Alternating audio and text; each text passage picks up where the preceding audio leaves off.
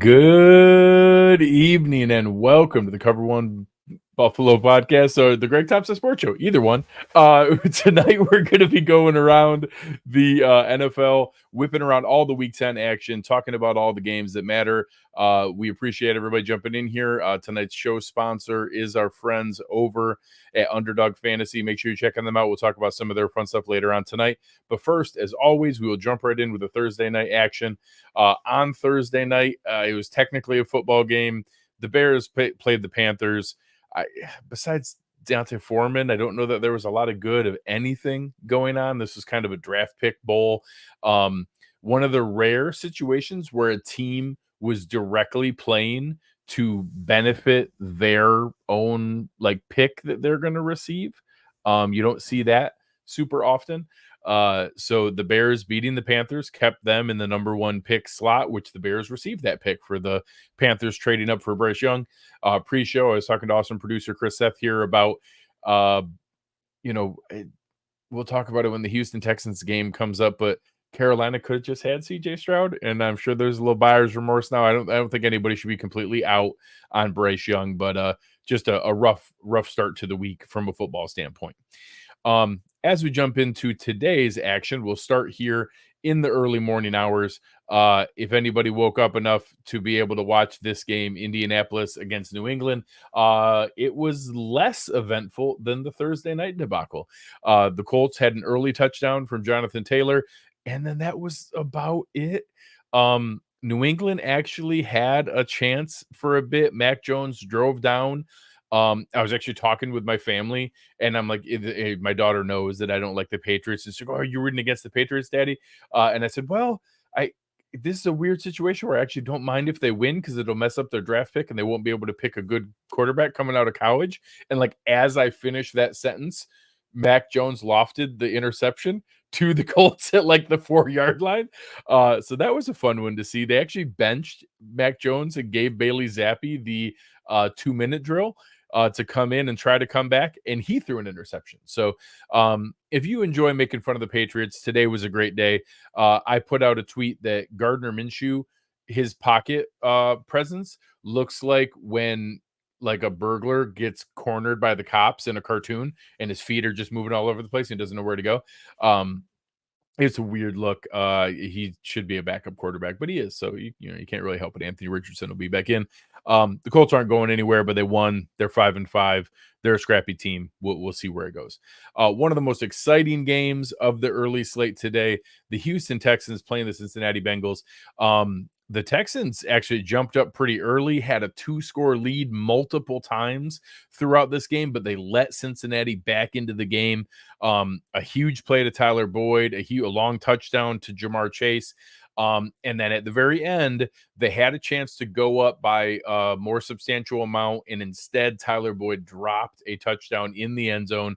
So Cincinnati had to settle for tying the game with a field goal, but they left time on the clock for CJ Stroud. And it's just unbelievable that we're at a situation now. And again, very similarly, I was talking to producer Chris pre-show that it's crazy that as that happened and it was like a minute 37 left, my immediate thought was, oh, that's too much time. They left CJ Stroud too much time. Houston's going to win this. He's a rookie. You're not supposed to feel that way 9 games into a guy's career. That's not how this is supposed to work. There's just not supposed to be that much moxie and comfort in the pocket. And I just can't believe that he's already in that situation. I don't think he has some amazing surrounding cast. Shout out to Buffalo Bills legend Devin Singletary. Was awesome for the Bills for so many years. Has been a backup to Dameon Pierce to this point, but had 30 carries for 150 yards. You want to know how much of a lead Houston had throughout this game? They gave Devin Singletary 30 carries. Again, this just shows you the up and down nature of the league. Houston lost to Carolina for Carolina's only win of the season, and then they turn around and beat the Bengals. The Bengals beat the Bills, and they turn around and lose to the Texans. It's just a crazy week-to-week league. It's pretty unbelievable the way that these games go back and forth. But shout out to D'Amico Ryans and this Houston Texans team. He's got them playing tough. They have the same record as the Bengals. They're both 5-4. They have the same record as the Bills right now before Monday Night Football. Just really, really awesome job. Better than anyone else could have expected. Another one that was interesting, not the prettiest game. The Pittsburgh Steelers set the NFL record for 9 straight games being outgained by their opponent with a winning record. The Pittsburgh Steelers are 6-3, and they have been outgained in yardage by their opponent in every single game this season. Kenny Pickett won by being 14 of 23 with 126 yards passing. Today they had 205 yards rushing. That actually hasn't been the case most of the season. It was just, again, they made enough plays in the passing game when they had to, and otherwise they made most of the plays on defense. They had 2 interceptions of Jordan Love. They also had another fumble, and it just is this Pittsburgh Steelers recipe for victory under Mike Tomlin. They continue to find ways to win. The Packers fall to 3-6. The Steelers go to 6-3. Just a fantastic performance again in what isn't pretty football, but they find a way to win. They find a way to get it done. And if the playoffs started today, they'd be the 5 seed right behind Baltimore in the NFC North or AFC North. So they continue to find a way. I don't feel like they're that good of a team, but it doesn't matter. They're 6-3 and they keep finding a way to win. They are very much, in my opinion, this year's Minnesota Vikings from last year, where they keep finding a way to win. It's ugly, but they keep doing it. I don't think they're going to go on a run in the playoffs, just like Minnesota didn't last year, but they're going to make it. And I did not have that on my dance card coming into this year. The next game on the slate, Tampa Bay and Tennessee. I think this was a little bit of Will Levis's comeback down to earth. 19-39, he was below 50% in completion percentage, no touchdowns, 1 interception, no rushing yards, took 4 sacks, never got anything going. And Tampa Bay is a okay defense. They're a average defense. They're not terrible, but they're not a shut you down defense. This was Will Levis coming back down to earth. Baker Mayfield looked good, had a couple screen passes that Rachaad White did some nice work on. Mike Evans had another nice game and put in a little bit of good work. Just a pretty simple game that was never really in reach. Tampa Bay went up in the first half, extended in the second half, never really a close game. Talk about a game that was not good for the heart health of the people around me here in Cleveland. The Cleveland Browns came back to beat the Baltimore Ravens. The Ravens were up by 15, then again by 14, then again by 14. They had 3 different 2-score leads. Each time Cleveland would come back and score, they would go back up again by 2 scores. And at the very end, they gave up a defensive score on a tip ball. Myles Garrett got in and tipped the ball, and Greg Newsome took it back for a touchdown. A couple long plays, and Kareem Hunt punched in a touchdown. And then they end up going, and Deshaun Watson actually made a couple nice passes and ran for a couple first downs and set them up for a game-winning field goal as time expired.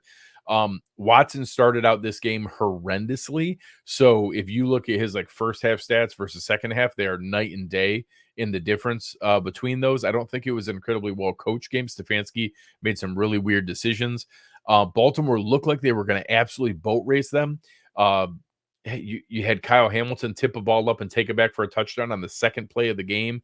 Then on their next position, Keaton Mitchell takes one to the house for 39 yards right off the bat. They're up 14-0 immediately. Then, like I said, Cleveland answers with a field goal. They come back with a field goal. And as Cleveland finally got their first touchdown, they come back and score a touchdown and a 2-point conversion.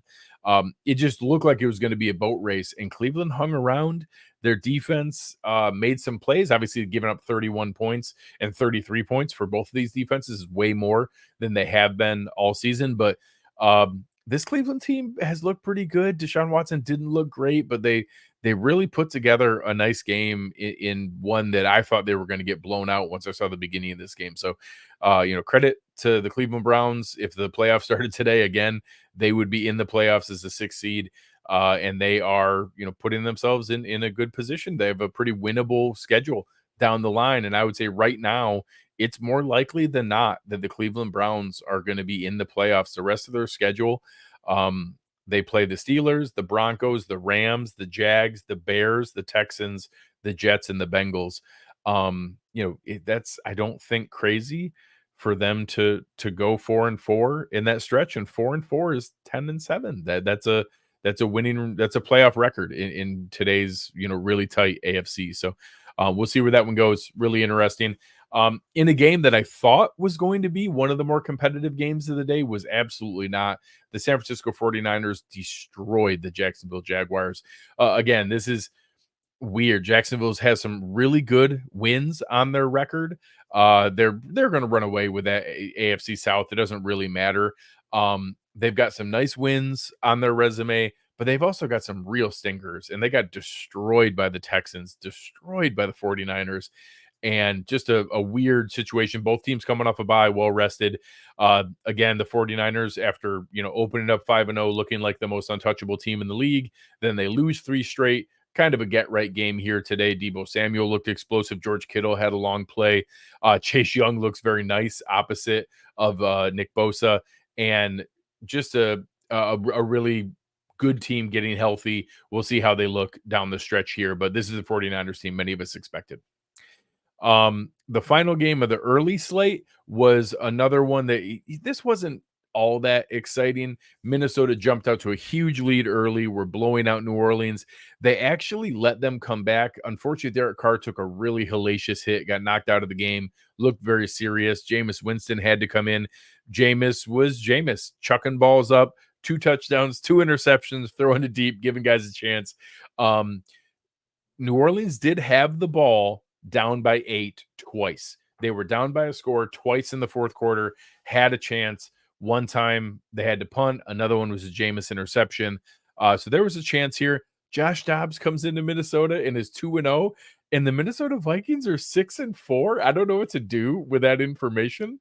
That is like a really weird situation. No one in the NFC South wants to win. I don't really know who is going to put anything together there, but they came together, had a good game, tried to be able to put it together. I don't know if Minnesota is going to continue down this stretch, but somebody's got to be a 7 seed in this NFC. And right now the Vikings have a 2-game lead on the next team. The Commanders are 4-6, the Falcons are 4-6, the Buccaneers are 4-5, the Packers are 3-6. The Vikings are 6-4 right now. It's heavily likely that the Vikings are going to make the playoffs, and that's crazy. When Kirk Cousins went out for the season, that's just unbelievable that they're in that position. Shout out to Vikings fans. A lot of fun there. In the 4:00 slate, you had Atlanta go up early, seemed like they were going to be able to control this game, but Kyler Murray back in his first action since his tore his ACL. Looked like Kyler Murray ran 6 times for 33 yards, including a nice touchdown and a really critical one was a scramble for a big first down on their game-winning field goal drive, and another was a play where he threw the ball, but literally ran around like old school Kyler, crazy, all the way over to the left side of the field, peeled back around all the way back over to the right side of the field, and threw the ball. Really looks solid. They got James Conner back, tight end Trey McBride looking like a nice piece. Atlanta did lean into Bijan Robinson a little bit more today, had some nice usage there. Taylor Heineke got knocked out of the game. Desmond Ridder had to come back in, but he ran for a touchdown, led a couple plays, but just ultimately couldn't make the plays that they needed to, and they just can't seem to figure out a way to use all their weapons in the right way. This is a really talented team that I thought was going to win that NFC South, and there's only one game out because everybody else keeps losing. But just multiple nice chances here. They were 4-3 with a lot of winnable games at one point here, and they have now rattled off 3 losses to Will Levis and the Titans, Josh Dobbs and the Minnesota Vikings, and now Kyler Murray's come back with the Arizona Cardinals. So we'll see what that Falcons team does the rest of the way, but it's not looking pretty. In the pinball game of the day, the Detroit Lions and Los Angeles Chargers scored 79 points as the Lions won 41-38. This was a game where I was, the Chargers looked good. They were able to get themselves back in this game. Detroit went up early. The Chargers were game and fighting back and forth. Really, the one I want to commend is an awesome decision at the end from, Lions coach Dan Campbell.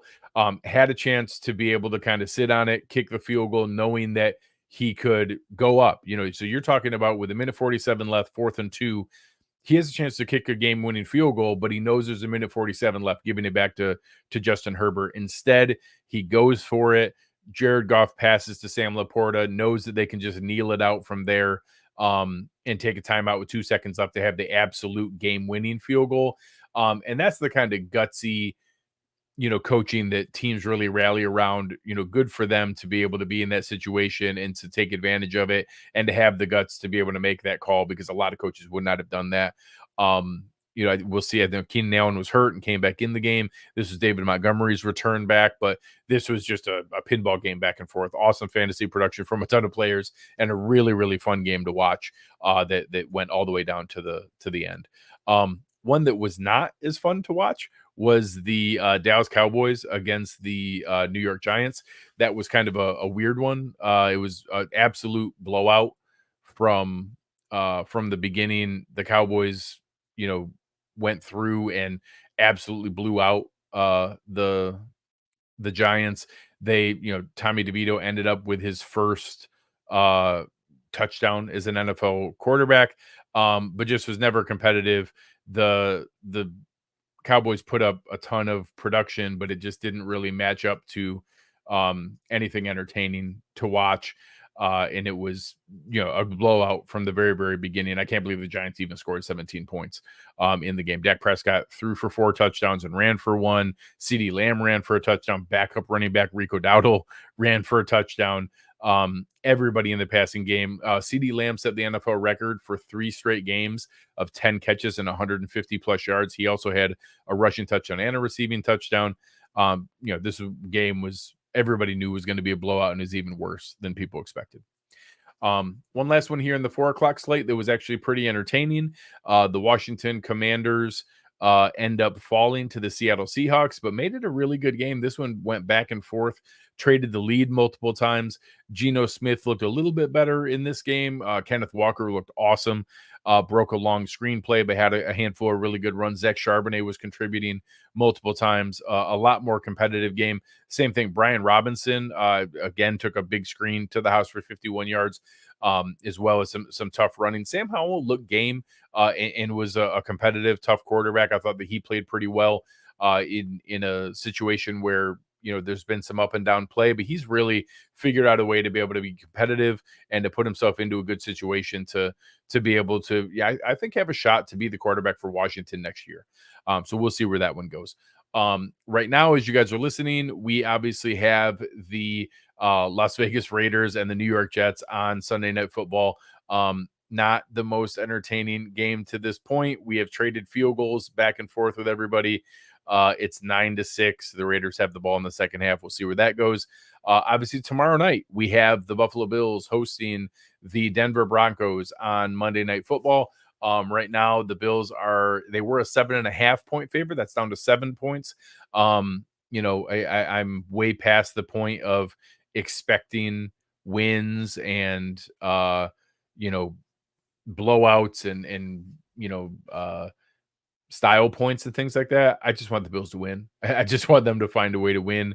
And it's going to be interesting. Jason here asking, is Dorsey with the Bills if they don't make the playoffs? Absolutely not. I actually think that's almost a lock. If they don't make the playoffs, I think you'll see a handful of changes. I don't think that Bean or McDermott, there's virtually any circumstance, especially with the injuries, that either of them could go. But if they don't make the playoffs, right now the offense is completely healthy. Like everybody on the offense is relative. I guess Dawson Knox, but just about everybody in the offense is healthy. They've played the same offensive line every single game. They've had they lost a third string running back in Damian Harris. They've had all their receivers. Like everybody's been okay.